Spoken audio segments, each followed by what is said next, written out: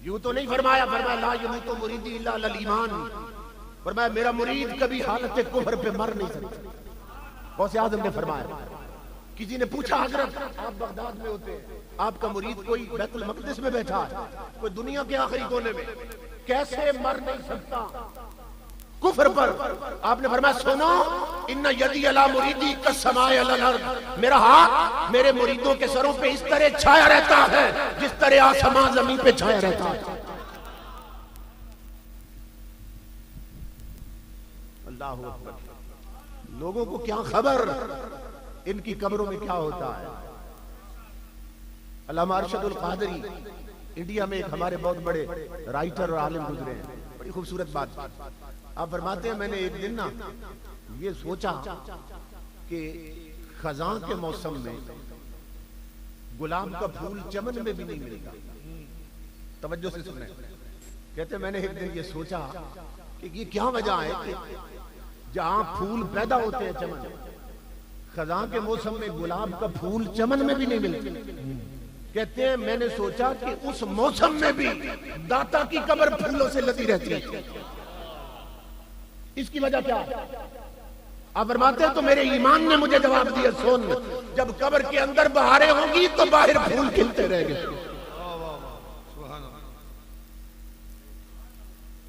इनकी कब्रें क्या है?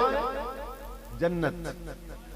आका ने फरमाया कब्रुल मोमिन रौज़तुम मिन रियाज़िल जन्नह, मोमिन की कब्र जन्नत के बागों में से बाग होती है, यानी मोमिन की कब्र जन्नत होती है।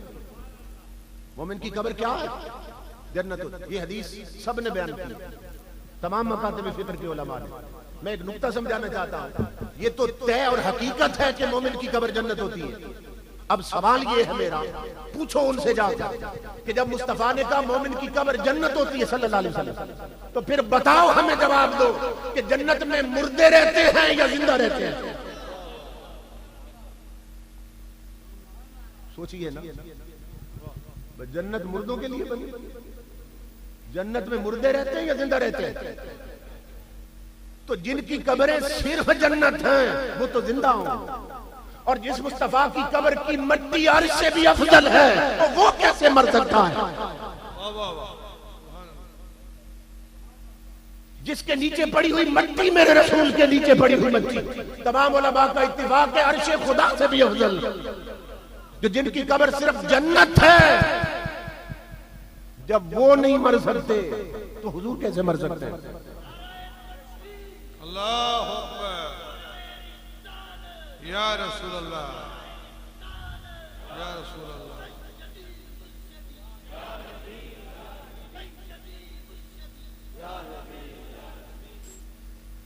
इनकी कब्रें क्या है? जन्नत। हुजूर सैयदना पीर मेर अली शाह रहमतुल्लाह तआला अलैह, आपसे किसी ने सवाल किया, हजरत ये जो बाबा फरीद का दरवाजा है पाक पतन में, कहते हैं बहिश्ती दरवाजा, तो क्या ये उसे कह सकते हैं कि बहिश्ती दरवाजा है? आपने फरमाया अकल का इलाज करा। जब हुजूर ने फरमाया मोमिन की कब्र जन्नत हो सकती है, उसका दरवाजा जन्नत का दरवाजा क्यों नहीं हो सकता? उसने कहा हजरत जो गुजरे वो जन्नती हो जाता है? फरमाया हाँ इंशाअल्लाह हो जाता है जन्नत। आपने फरमाया ये तो आवाम की बात, जो एक सिलसिला आ रहा, हजरत निजामुद्दीन देहलवी ने ऐलान किया, फरमाया मेरे अली का अकीदा ये है कि जो सहीहुल अकीदा मुसलमान अकीदत के साथ पाक पतन के टीले पे चढ़ जाए वो भी जन्नती हो जाता है। क्या खबर अल्लाह वालों का मकाम क्या है। हमें ये कब्रें छोटी छोटी जो नजर आती है ना, इस पर क्यास करते हैं, ये तो कब्रों में बांधेंगे कुछ कर नहीं सकते। तो ये तुम्हारी कब्रें हैं, अल्लाह से आंखें मांग, ये सिर्फ कब्रों के गड़े नहीं, रब की जन्नत है। और जो जितना करीब होता है इन कब्रों के, वो उतना जन्नत के करीब हो जाता है।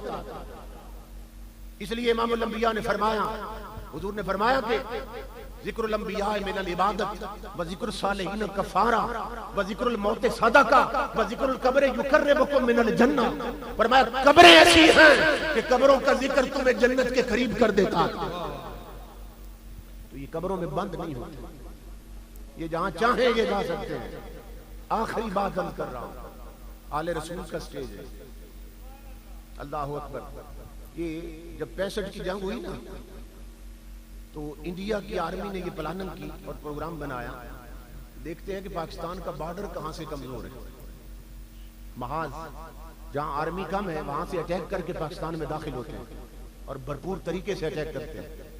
और प्लानिंग उन्होंने क्या किया, जब उन्हें सर्वे रिपोर्ट मिली ना कि कमजोर कहां से है, तो पता चला कि सियालकोट के करीब जो रंगपुर का गांव है उसके साथ ही माज है। तो रिपोर्ट ये मिली कि वहां आर्मी कम है पाकिस्तान की, अगर वहां हम हमला करें फजर के वक्त तो जोर तक हम लाहौर पहुंच सकते हैं। और फिर प्लानिंग क्या थी कि हम लाहौर पहुंचेंगे और जोर के वक्त मुसलमानों को बादशाही मस्जिद में नमाज नहीं पढ़ने देंगे, सेन में बैठकर शराब पिएंगे।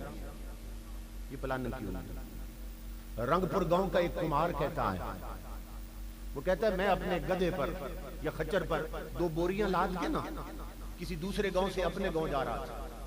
मैं जंगल से गुजर रहा था कि अचानक एक बिजली चमकी है, कोई सवारी मेरी सवारी के करीब से गुजरी। जिधर महाज था ना उधर चले, मैं भी उधर ही जा रहा था, तो एक बिजली कूदती जा रही थी। तो कहता है कि वो सवारी इतनी तेजी से गुजरी कि मेरी जो सवारी थी ना वो बिदक गई, डर गई और मेरा गधा उछला और दोनों बोरियां नीचे गिर गई। मैं जंगल में परेशान खड़ा था कि ये क्या शय थी, इतनी तेज रफ्तार सवारी आज तक नहीं देखी। एक बिजली चमक रही थी और परेशान इसलिए हुआ कि बोरियां अब कौन उठवाएगा, ये जंगल है, बंदा भी कोई। वो कहता है मैं इसी परेशानी में था, एक बिजली और चमकी है, चेहरे पे नकाब है, हाथ में तलवार, एक सवार और गुजर गया। वो कहता है मुझे बोरियां भूल गई। मैंने कहा कोई तीसरा और ना आ रहा, उसे रोकता हूं और बोरियां उठवा के जाए। वो कहता है मैंने देखा तो पहली बिजलियों से एक बड़ी बिजली चमक रही थी, कड़क भी है चमक भी है, आ रही थी। मैं रास्ते में खड़ा हो गया, मैंने हाथ जोड़े, मैंने कहा जो कोई भी हो अल्लाह का वास्ता मुझे बोरियां रखवा के जाओ। वो सवारी करीब आई, चेहरे पे नकाब, हाथ में तलवार, फरमाया मैं बहुत जल्दी में हूं, आ तेरी बोरियां रखवाऊं। सवारी करीब की बोरियों। कुमार कहता है मैं अभी हाथ लगाना चाहता था, उन्होंने तलवार की नोक से दोनों बोरियां उठाकर गधे पे रख दी। कहता है मुझे बोरियां भूल गई, मैंने ना लगाम पकड़ ली सवारी। मैंने कहा बताइए आप हैं कौन, ये ताकत आम इंसान की नहीं हो सकती कि तलवार की नोक से बोरियां उठा के रख दे। हैं कौन? आपका चेहरा और लिबास उन जैसा है जो पहले गुजर गए। हैं कौन? तो फरमाने लगे मैं बहुत जल्दी में हूं, रास्ता मत रोक। मैंने कहा बताइए हैं कौन, मैं छोड़ दूंगा। उन्होंने कहा अल्लाह की इज्जत की कसम हम पाकिस्तान के नहीं मुस्तफा के मदीने से आए। नारे तकबीर, नारे रिसालत, नारे हैदरी, फदाले शहंशाह वलायत, फदाले किबला शेखुल हदीस पीर बुल्ले शाह गुजराती, पीर बुल्ले शाह गुजराती। कहा रास्ता मत रोक, हम पाकिस्तान के नहीं मुस्तफा के मदीने से आए। कुमार ने कहा मैंने कहा अब तो मर जाऊंगा, नाम पूछे बगैर जाने नहीं दूंगा, जिसने भेजा उसी की जुल्फों का वास्ता देता। बताइए हैं कौन? फरमाया मेरा पता पूछने वाले सुन, अल्लाह की इज्जत की कसम जो पहले गया था वो हसन था, पिछला हुसैन था, मैं उनका बाप अलीगढ़ मुर्तजा जा रहा हूं। जरा जाग के नाराए हैदरी, नाराए हैदरी, फदाले शहंशाह वलायत, फदाले किबला शेखुल हदीस, पीर बुल्ले शाह गुजराती, पीर बुल्ले शाह गुजराती। और मैं अगला हसन था, पिछला हुसैन, मैं उनका बाप अलीगढ़ मुर्तजा जा रहा हूं। हम मदीने में मुस्तफा की मजलिस में बैठे थे, हिंदुओं ने कहा बादशाही मस्जिद में शराब पीनी है। मुस्तफा तड़प गए, फरमाया हुसैन उठो, मेरे नाम पे मुल्क बनाए, जालिम मस्जिद में शराब पीना चाहते हैं। ओ बेटा तूने करबला में दीन बचाया था, अब पाकिस्तान जाके बचाओ। नाराए हैदरी, नाराए हैदरी। इमामुल अंबिया के गुलामों, उस वक्त मुश्किल बनी थी, मदीने से खैरात आई थी। क्यों खैरात मिली थी?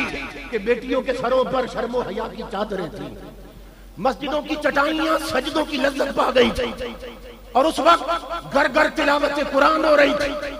अब हाल ये है कि बेटियों के सर से चादरें तो क्या जिस्म से कपड़े उतर गए। जिन जेबों में सूरह यासीन रहती थी उनमें इंडिया की हीरोइनों की तस्वीरें रहती थी। जिनके हाथों में सीरत फातिमा की किताब होती थी उन्होंने फिल्मी नावल पकड़ लिए। जिन घरों से कुरान की आवाज आती थी आज वहां इंडिया के गाने गूंज रहे हैं। अब मुश्किल बने तो शायद मदीने से खैरात न मिले। बुल्ले शाह आस्ताना पे आने वालों, मेरा ये आखिरी पैगाम है, पलट आओ मुस्तफा की चौखट की तरफ और मुंह कर लो गुंबदे खजरा के मकी की तरफ और दिलों के राब्ते जोड़ लो हुजूर के साथ। रब की इज्जत की कसम, अगर तन से मन तक हुजूर छा जाए, पेशानियों को सजदे की लज्जत मिल गई, उतरे हुए दुपट्टे फिर सरों पे आ गए, गाने गाने वाली जुबानें दुरूद पढ़ने लग गई, तो तुम्हारी आह बाद में निकलेगी, मदीने से भी पहले अता होगी। इसलिए इमामुल अंबिया के गुलामों, इन आरास का और इन मजालिस का यही मकसद वहीद है कि हमारे टूटे हुए राबते अल्लाह और उसके रसूल से फिर से बहाल हो जाएं। आखिरी निचोड़ दे रहा हूं तकरीर का कि लज्जत इश्क नबी दिल में बसाए रखना ये खजाना है, लुटेरों से बचाए रखना। अल्लाह पाक की तौफीक अता फरमाए, इस आस्थानों को सलामत रखे और हजरत का साया जो अपने असलाफ की यादगार है, तस्वीर है, तादीर अहले इस्लाम के सरों पे कायम रखे और इनके इल्मी रूहानी फैजान से हम सबको हमेशा मुस्तफीज होने की तौफीक अता फरमाए।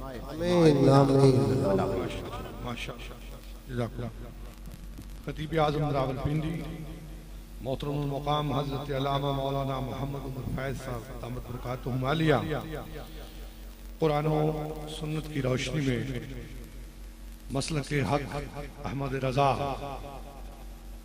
बयान कर रहे थे। अजीज़ान गिरामी कदर, काफ़ी हद तक भरपूर मटीरियल मेरे पास मौजूद है और मेरा काम है कि मैं आपसे ये इंफॉर्मेशन शेयर करता चलूँ। अभी हजरत अल्लामा की तकरीर के दौरान खतीब आज़म यूरोप यूके हजरत अल्लामा मौलाना मोहम्मद अंसरुल कादरी साहब दामत बरकातुहुम आलिया, हजरत अल्लामा साहबजादा मुख्तार अहमद सदीकी साहब खतीब आज़म गुजरात, अजीम सना खान मुस्तफ़ा जनाब हाफिज करीम सुल्तान सदीकी साहब, अलहाज शबीर अहमद गोंदल साहब, जनाब मोहतरमुल मुकाम सना खान मुस्तफ़ा सरवर हुसैन नक्शबंदी साहब, ये तमाम शख्सियात तशरीफ ला चुकी हैं और स्टेज पर जलवा फरोज हैं। अब मैं उनके और आपके दरमियान बिल्कुल हायल नहीं रहूंगा। मुझे वक्त पर भी मेरी निगाह है। जिस शख्सियत को दावत सुखन देने जा रहा हूँ, एक भरपूर सा तारुफ मैं आपके सामने पहले पेश कर चुका हूँ। आज तो यूके में हालात काफी बेहतर हैं तबलीग के लिए।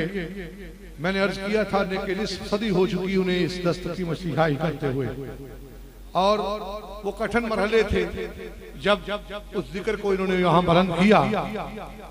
और आज वो जो सदाएं आपको आती हैं वो अंग्रेज के वर्ड्स के प्रॉफिट ऑफ गॉड, ये जो मोहम्मद है, ये खुदा का मोहम्मद, ये पैगाम इन्हीं हस्तियों का है। तो मैं दावत देने जा रहा हूँ इस कलाम के साथ कि ताल्लुक है मेरा अहले नजर के उस कबीले से, ताल्लुक है मेरा अहले नजर के उस कबीले से, खुदा को जिनने पहचाना मोहम्मद के वसीले से।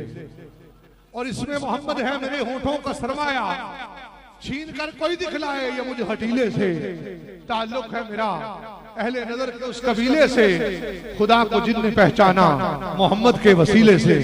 मैं मुल्तमिस हूँ नायत वाजिबुल एहतराम पीर तरीकत हजरत साहबजादा डॉक्टर पीर सैयद अहमद हुसैन शाह साहब तिरमिजी दामत बरकातुहुम आलिया खतीब आजम हॉल मुकीम इंग्लैंड तशरीफ लाते हैं। मेरे मोहतरम खताब के दौरान नारे लगाते रहे, लेकिन मुझे आप पे मान है कि आप मेरा हमेशा साथ देते हैं। मुझे कहने की जरूरत नहीं, अगले लगाएं या पिछले, मुझ तक तो सबकी आवाज आती है और आती रही है। नारा तकबीर, नारा रिसालत, नारा हैदरी, नारा तहकीक, नारा गौसिया, फैज़ान शहंशाह वाला, फैजान औलिया